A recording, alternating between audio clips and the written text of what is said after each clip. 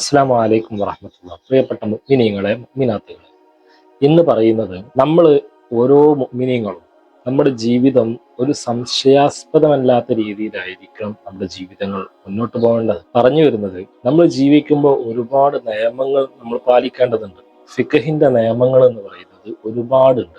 ആ ഫിഖഹിന്റെ നിയമങ്ങളെ പാലിച്ചുകൊണ്ട് ജീവിക്കുക എന്ന് പറഞ്ഞാൽ ഒരു മുഅ്മിനെ സംബന്ധിച്ചിടത്തോളം അത് ഈ ദുനിയാവിൽ വളരെയധികം ബുദ്ധിമുട്ടാണ്. ഇത് പറഞ്ഞു വരുമ്പോൾ ഇസ്ലാം വളരെയധികം ബുദ്ധിമുട്ടുള്ളതാണ് എന്നാരും ചിന്തിക്കേണ്ട. ഇസ്ലാമാണ് ഇവിടെ ഏറ്റവും ലളിതമായ ഒരു മതം എന്ന് പറയുന്നത്. ഒരു യാത്രക്കാരനെ സംബന്ധിച്ചിടത്തോളം അവന് നിസ്കാരം വളരെയധികം ലളിതമായി പഠിപ്പിക്കുകയാണ് ഇവിടെ ഇസ്ലാം എന്നുള്ളത്. ഇസ്ലാമിൽ നിസ്കാരം, നോമ്പ് തുടങ്ങിയുള്ള എല്ലാ കാര്യങ്ങളും നിർബന്ധമാണ്, എല്ലാ സമയത്തും ചെയ്യണം. അപ്പൊ നിസ്കാരം എന്ന് പറയുന്നത് ഒരു യാത്രക്കാരനെ സംബന്ധിച്ചിടത്തോളം അവന് ജമ്മും കസ്റും ആക്കാൻ പറ്റും. നിസ്കാരം ഒഴിവാക്കാൻ പറ്റും എന്നല്ല പറയുന്നത്, ജമ്മും കസ്റും ആക്കി അവന്റെ നിസ്കാര സമയങ്ങളെ നമുക്കൊന്ന് ക്രമീകരിക്കാൻ നമുക്ക് സാധിക്കും എന്നതാണ്.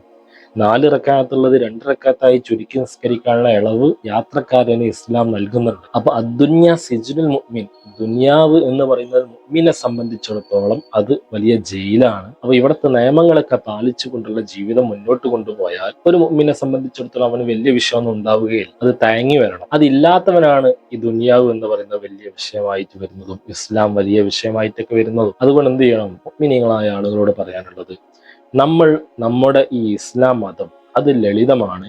നമ്മുടെ ജീവിതം ലളിതമാക്കിയെടുക്കണം. അതിനുള്ള വഴി എന്തെന്നാൽ ചോദിച്ചാൽ നമ്മൾ നമ്മുടെ മനസ്സുകൊണ്ട് പൊരുത്തപ്പെടിക്കുക എന്നുള്ളതാണ്. ഞാൻ പറയാൻ പോകുന്ന വിഷയം, നമ്മുടെ ജീവിതത്തിൽ വല്ല തെറ്റുകളും വരുമ്പോൾ, ഈ തെറ്റുകൾ വരാനിരിക്കുന്ന സമയത്ത് നാം ചിന്തിക്കുക, ഇത് തെറ്റാണോ തെറ്റല്ലേ എന്ന് നാം ചിന്തിക്കണം. ഒരു ഉദാഹരണം പറയുകയാണെങ്കിൽ, നാം ഒരു വസ്തു റോട്ടിലൂടെ പോകുന്ന സമയത്ത് കണ്ടു, ആ വസ്തു നമുക്ക് എടുക്കാൻ പറ്റുമോ? മുഅ്മിനെ സംബന്ധിച്ചിടത്തോളം ആ വസ്തു എടുക്കാൻ പറ്റുകയില്ല. അല്ലെങ്കിൽ ക്യാഷ് വീട് കിടക്കുന്നത് കണ്ടു, ആ ക്യാഷ് ഒരു മുഅ്മിനെ സംബന്ധിച്ചിടത്തോളം അത് എടുത്ത് ഉപയോഗിക്കാൻ പറ്റില്ല. അദ്ദേഹം എന്ത് ചെയ്യണം? ആ ക്യാഷ് ആരുടേതാണെന്ന് ഒരു കൊല്ലം അവൻ പരസ്യം ചെയ്യണം. എന്നിട്ട് പരസ്യം ചെയ്തതിന് ശേഷം അവന് ആരും വന്നില്ല എന്നുണ്ടെങ്കിൽ അവർക്ക് ആ ക്യാഷ് എടുക്കാം എന്നതാണ്. സല്ലല്ലാഹു അലൈഹി വസല്ലം തങ്ങൾ ഒരു വഴിയെ നടന്നു പോവുകയാണ്. ആ സമയത്ത് ഈത്തപ്പഴം വീണത് കണ്ടു. മുത്തുനബി സല്ലല്ലാഹു അലൈഹി വസല്ലം തങ്ങൾ പറഞ്ഞു, ഞാൻ അത് എടുത്തിട്ടില്ല. കാരണം എന്താ വെച്ചാൽ അത് ആരുടെയെങ്കിലും സക്കാത്തിന്റെ മുതലാകുമോ എന്ന് പേടിച്ചതുകൊണ്ട് ഞാൻ അത് എടുത്തിട്ടില്ല എന്ന് മുത്തുനബി തങ്ങൾ പറഞ്ഞിട്ടുണ്ട്. മുഅ്മിനീങ്ങളോട് പറയാനുള്ളത്, നമ്മുടെ ജീവിതം എപ്പോഴും ക്ലിയർ ആയിരിക്കണം എന്നുള്ളതാണ്. ഒരു സംശയത്തിന് ഇടവരുന്നതാവരുത്. ഒരു ഹദീസ് ഉണ്ട്, ഉഖ്ബ റളിയല്ലാഹു അൻഹു പറയുകയാണ്, ഞാന് അബൂ ഇഹാബിന്റെ മകളെ ഞാൻ വിവാഹം ചെയ്തു. അങ്ങനെ വിവാഹം ചെയ്ത് അന്ന് ഒരു സ്ത്രീ വന്ന് എന്നോട് പറഞ്ഞു, ഞാൻ നിങ്ങൾക്ക് 2 പേർക്കും മുല തന്നിട്ടുണ്ട്. അവ മുല തന്നിട്ടുണ്ട് എന്ന് പറഞ്ഞാൽ ഈ ഭാര്യയും ഭർത്താവും അവിടെ മുലകുടി ബന്ധത്താൽ സഹോദരി സഹോദരന്മാരാണ്. ഇസ്ലാമിന്റെ നിയമം അനുസരിച്ച് സഹോദരി സഹോദരന്മാർ തമ്മിൽ എന്ത് ചെയ്യരുത്? വിവാഹം ചെയ്യൽ ഹറാമാണ്. ഇനി തറവാട് ബന്ധമാവട്ടെ, മുലകുടി ബന്ധമാവട്ടെ, ഏത് ബന്ധത്തിലാണെങ്കിലും പരസ്പരം വിവാഹം ചെയ്യൽ അവർക്ക് ഹറാമായ കാര്യമാണ്. അങ്ങനെ ഈ പെണ്ണ് പറഞ്ഞപ്പോൾ ആ സമയം തന്നെ ബഹുമാനപ്പെട്ട ഉഖ്ബ റളിയല്ലാഹു അൻഹു തന്റെ ഭാര്യയോട് പറഞ്ഞു, നിങ്ങൾ ആദ്യം എന്നോട് ഈ വിഷയം പറഞ്ഞിട്ടില്ലല്ലോ, നമ്മൾ തമ്മിൽ മുലകുടി ബന്ധമുണ്ട് എന്നത് പറഞ്ഞിട്ടില്ല. ഈ പെണ്ണാണ് പറഞ്ഞത്. അങ്ങനെ നേരെ ഉഖ്ബ റളിയല്ലാഹു അൻഹു സല്ലല്ലാഹു അലൈഹി വസല്ലം തങ്ങളുടെ അടുത്തേക്ക് ചെന്നിട്ട് ചോദിച്ചു, ഈ വിഷയങ്ങൾ പറഞ്ഞു. ഇങ്ങനെയാണ് വിവാഹം ചെയ്തപ്പോ ഈ പെണ്ണ് പറഞ്ഞു, മുല തന്നിട്ടുണ്ട്, നിങ്ങൾ 2 പേരും മുലകുടി ബന്ധത്തിലൂടെ നിങ്ങൾ സഹോദരി സഹോദരന്മാരാണ് എന്ന് മുത്തുനബിയോട് പറഞ്ഞപ്പോ മുത്തുനബി പറഞ്ഞു, നിങ്ങൾ 2 പേരും യോജിക്കൽ അത് നിഷിദ്ധമാണ്. കാരണം നിങ്ങൾ സഹോദരി സഹോദരന്മാരാണ്, പിന്നെ എങ്ങനെയാണ് നിങ്ങൾ ഭാര്യയും ഭർത്താവുമായി ജീവിക്കുക?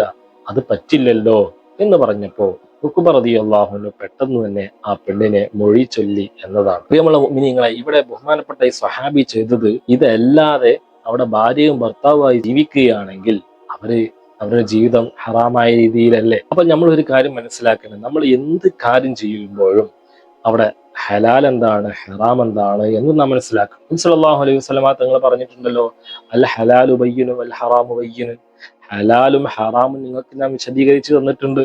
നമുക്ക് അറിയാത്ത സംഗതികളുണ്ടോ, നമ്മൾ പഠിക്കാത്ത സംഗതികൾ, അവർ അറിയുന്നവരോട് ചോദിച്ച് പഠിച്ച് എന്താണ് ഹലാല് എന്താണ് ഹറാം എന്ന് വേർതിരിച്ച് പഠിച്ചതിന് ശേഷമേ നാം ചെയ്യാൻ പറ്റുകയുള്ളൂ. ആയിഷ ബീവി റളിയല്ലാഹു അൻഹ പറയുന്നുണ്ട്, ആയിഷ ബീവിയുടെ സിദ്ദീഖ് റളിയല്ലാഹു അൻഹു ഒരു അടിമയെ വെച്ചിരുന്നു. അപ്പൊ ഈ അടിമ ജാഹിലിയ്യ കാലത്ത് നടന്ന ഒരു സംഭവം പറയുന്നുണ്ട്. ബഹുമാനപ്പെട്ട സിദ്ദീഖ് റളിയല്ലാഹു അൻഹു ഈ അടിമനെ കൊണ്ട് ജോലി ചെയ്ത് അടിമ കൊണ്ടുവരുന്ന സാധനങ്ങൾ തിന്നാറുണ്ട്, ഭക്ഷിക്കാറുണ്ട്. ഒരിക്കൽ ഈ അടിമ എന്ത് ചെയ്തു?